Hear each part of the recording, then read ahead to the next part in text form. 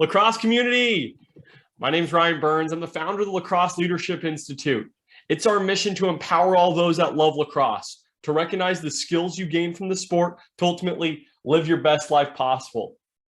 Today, we're so fortunate to be joined by one of the most winningest coaches in the MCLA, Tony Scazzero. He's with Texas A&M, 517 career wins, 11 Texas Lone Star Alliance championships. Oh my gosh, Tony, thank you so much for spending time with us today. For those that aren't quite aware of your story and your journey, can you share how you got in lacrosse in the first place and maybe a bit of the journey to today? Well, it starts a long time ago, probably before most of your listeners were born, but in high school, I was a baseball player, and really looking forward to my dad and my uncle played a little bit of pro ball, and boy, I was really fixated on making it to the major leagues. My next brother played a year of lacrosse when they started it at our high school in '69, and then we halfway through my senior year, we had a real shakeup on the baseball team, and I ended up finishing out my senior year, second half of the spring season on the lacrosse team. And first game I played, scored 5 goals, and I said, you know, I really like this game.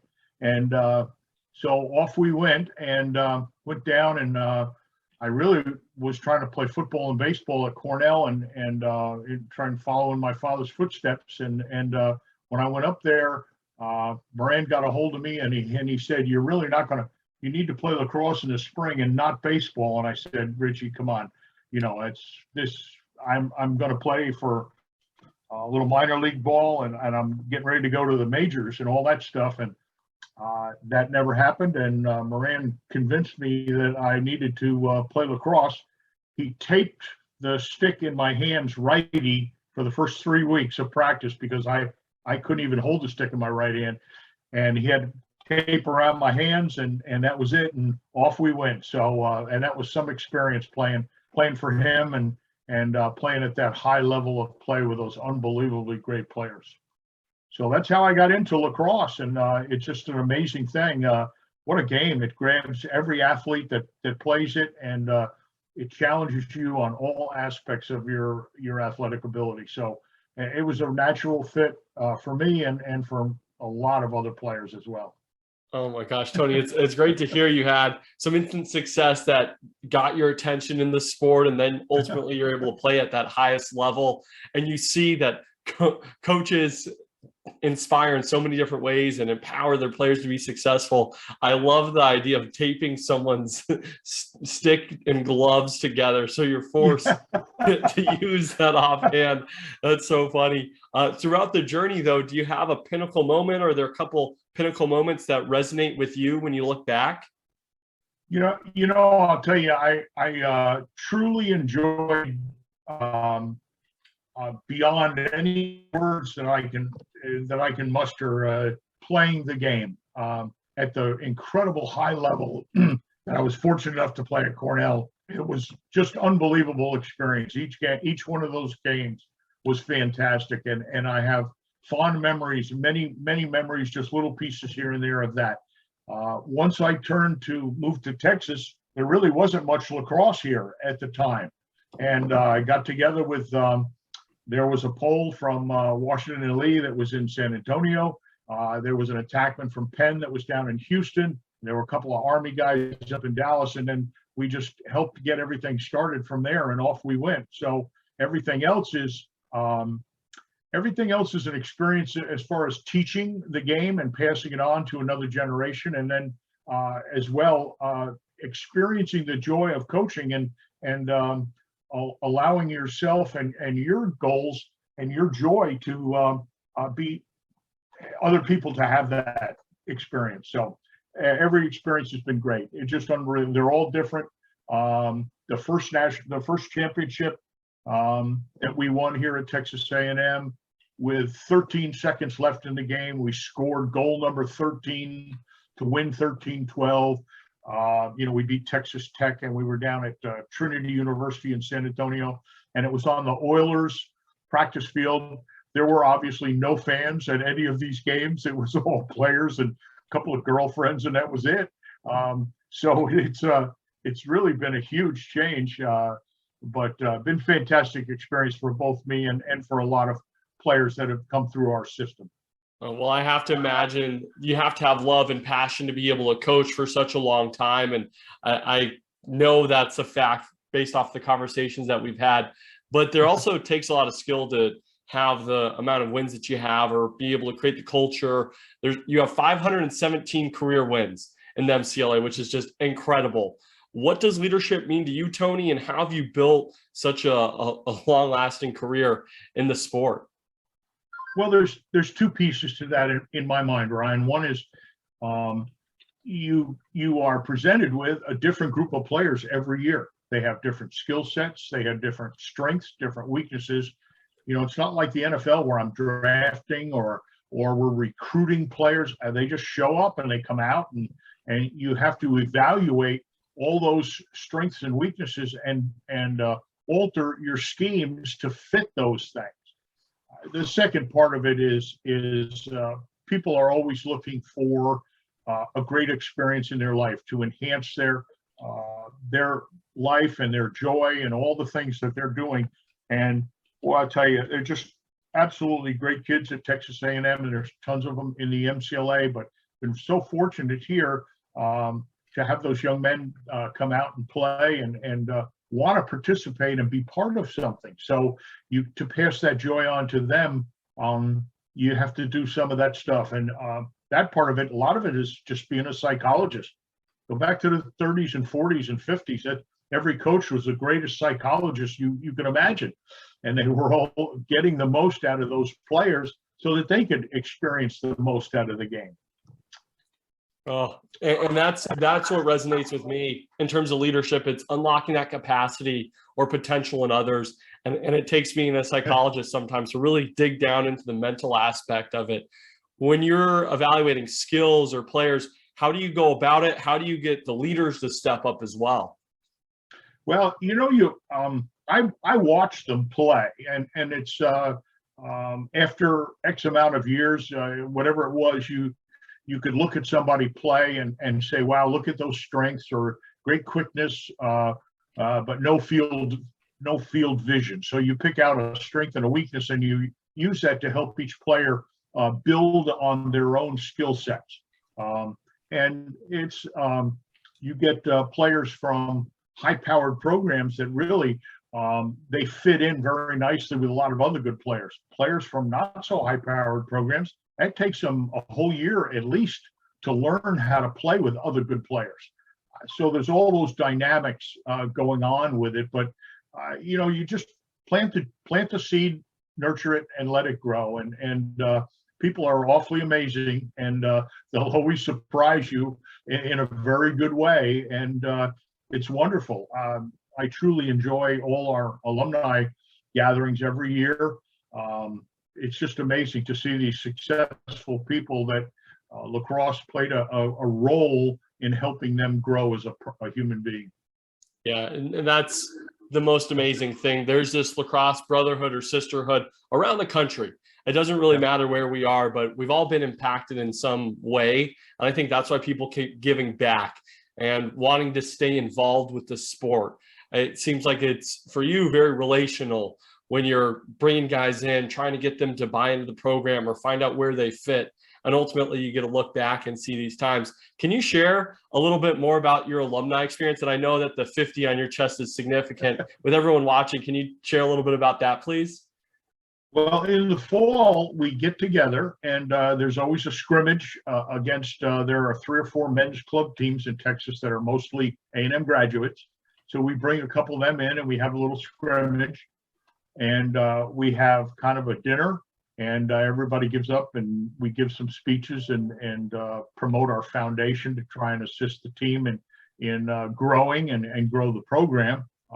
And then we have a golf tournament, and everybody kind of gathers, and it's amazing. Use groups of guys from the 60s, now it's the 80s and the 90s, 10s, 2000s. It's just amazing to see all these different guys, and then you bring them together. And I know, you know, when Richie passed earlier this year, it's one of the amazing things that everybody talked about is that guys from the 90s knew us from the 70s, and you didn't have any problem with that because I guess the thread, the connector was the fact that you played for this program.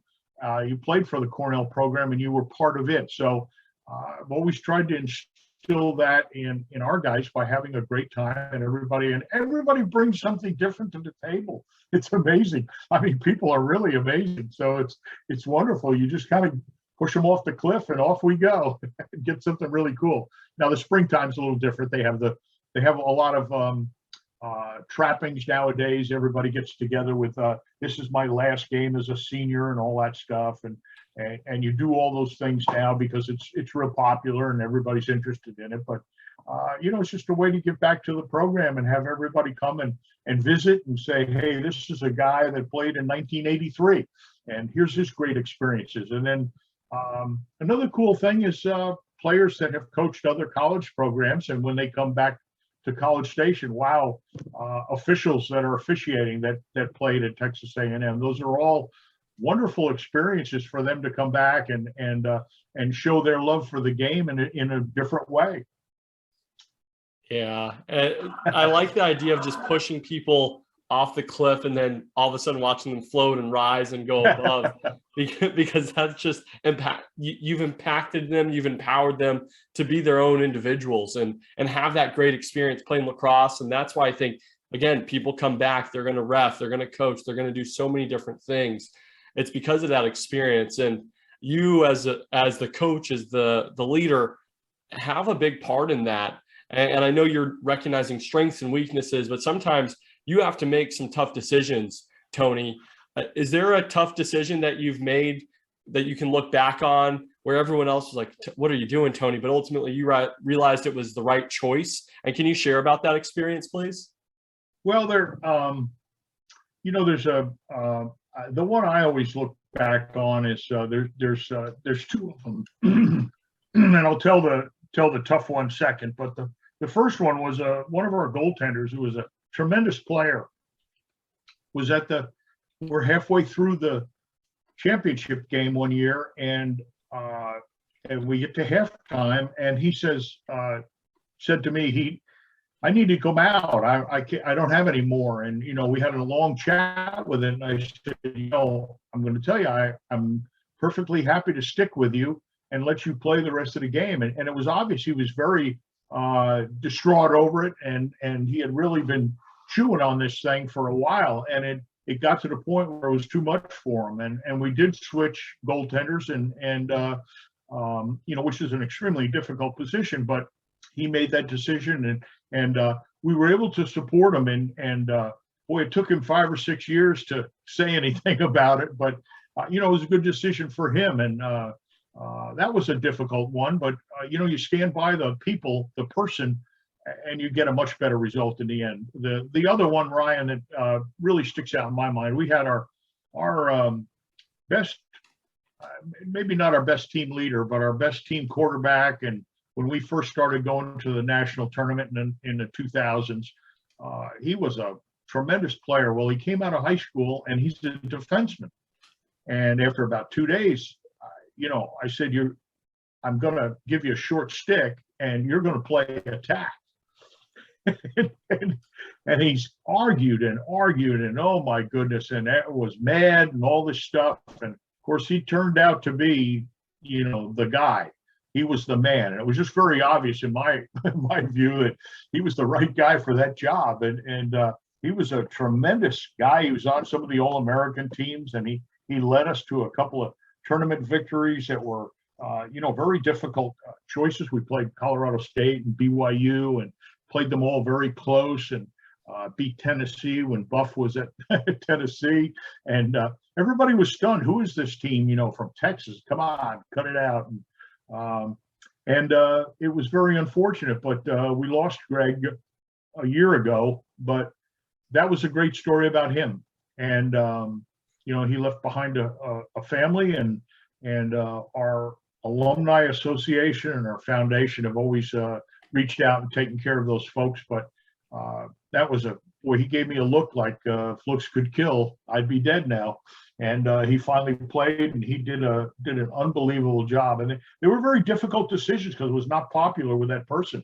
But off we go, and on to bigger and better things. And it's made, Greg's fight with cancer was very beneficial to a lot of players from his teams to watch their leader, not have a good time with life and not win the battle.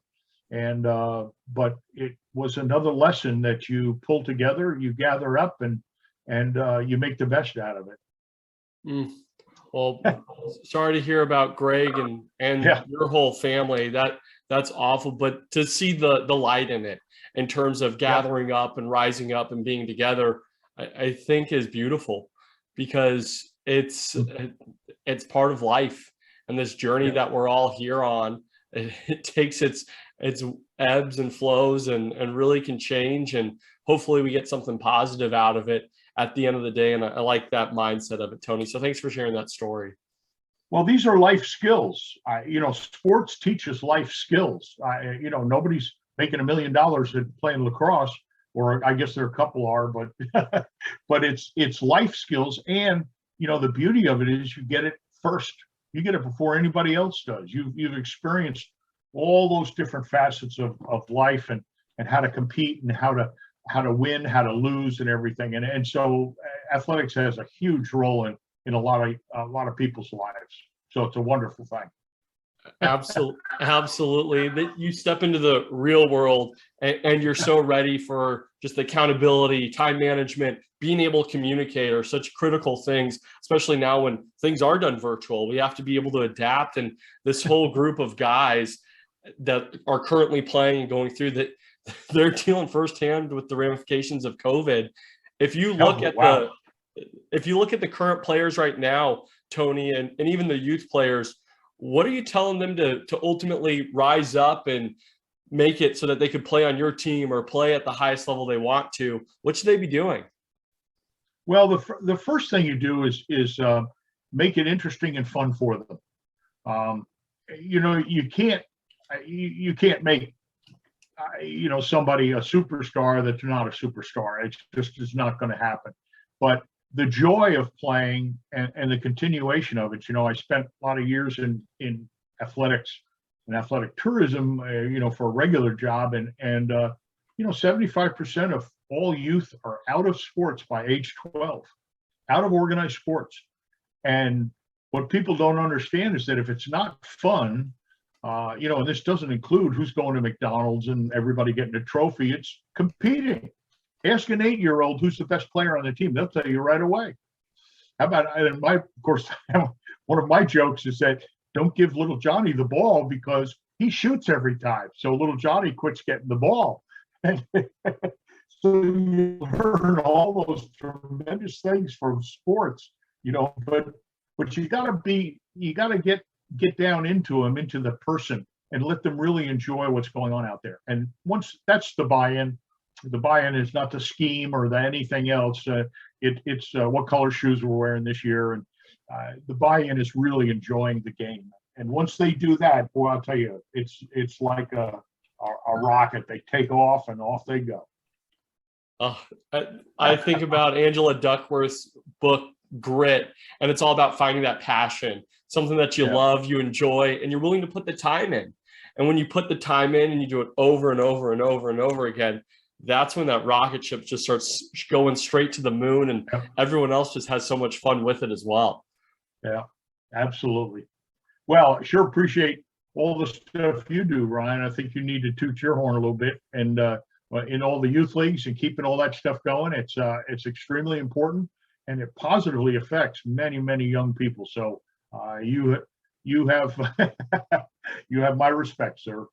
Well, Tony, appreciate that. Again, I'm just so blessed with this opportunity to play lacrosse and now to be able to give back and then be able to have these conversations. I mean, we're at the MCLA national tournament, just chatting on the sideline, and now we're able to stay connected. It's truly amazing to be able to have this type of relationship with someone that you just meet in a weekend and instantly feel like you're connected.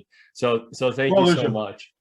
There's a lot of people that have done a lot of work for the MCLA. I mean, you go way back to the beginning, and a lot of people, you say it's a thankless job, but boy, it isn't. You can really bask in the warmth of the sunlight of what's been created, and all those people who've done a great job with it. It's an amazing thing, and yeah, that national tournament is just a wonderful deal, and boy, back to the very first one, and all those years we had in Thanksgiving in St. Louis. Boy, it was tremendous. It just blossomed and off it went. So really excited to be part of all of that, and also part of even our Lone Star Alliance here. And now we're in Louisiana, Texas, Oklahoma, and we've branched into Missouri a little bit, and with Kansas. So I don't know. It's that sport just won't quit growing. No, not at all. And that's the MCLA, I feel like, gives everyone the best of both worlds. You can get highly competitive lacrosse plus the great big school feel with you guys at Texas A&M, with me at Arizona State University. We had the opportunity to be social. I was talking with Kyler from Utah as well a couple of weeks ago, and he said it's the same experience. The kids want to play. I say kids. The young men want to play. They want to be successful, but they want to have social lives. And this seems to be a great venue for them to get everything they want. I've never quite understood why the schools, in a general sense, don't embrace this model of, look, the players have formed an organization that actually supports the majority of the program. If I was a university, I'd be all over that model. I think it's the greatest thing in the world. It reduces their budgetary requirements and all that stuff. Now, man, if you could have a field and a locker room and that kind of stuff, that'd be pretty exciting. But just not control it so much as to make it an intramural sport and let it go. Let it grow where it's going to go. Why control it? I don't know. Yeah, that's that idea of leadership. Push it off the edge, see what ultimately rises. Yeah. And the people that are passionate will end up doing so. And we know that's why, Tony, you've been involved for so long. As our time wraps up, do you have any last thoughts on lacrosse or leadership you can share with our community today? I'll tell you, I had a long conversation a couple of years ago with Alfie Jacques, who makes old wood sticks, and he's now with the Great Lakes group. I used to buy wood sticks from his dad at the Five Nations Reservation. And we talked about in upstate New York, and we talked about all the players and all the little towns and all the reservations where we've played box and all that stuff. And there's the passion of the creators of the sport. And here I was able to have some of that passion, and I thanked him for all their efforts. And now I want to give to other people. I want them to have that passion as well. So, Ryan, thank you for what you do, and just unbelievable blessing for me to be able to continue on. Awesome, Tony. Well, thank you again for being here today. We're going to be cheering you on and watching what you do. Hopefully we get an ASU Texas A&M matchup coming in the next season or two, and we're going to see you again. Great. Absolutely, Ryan. Thank you so much.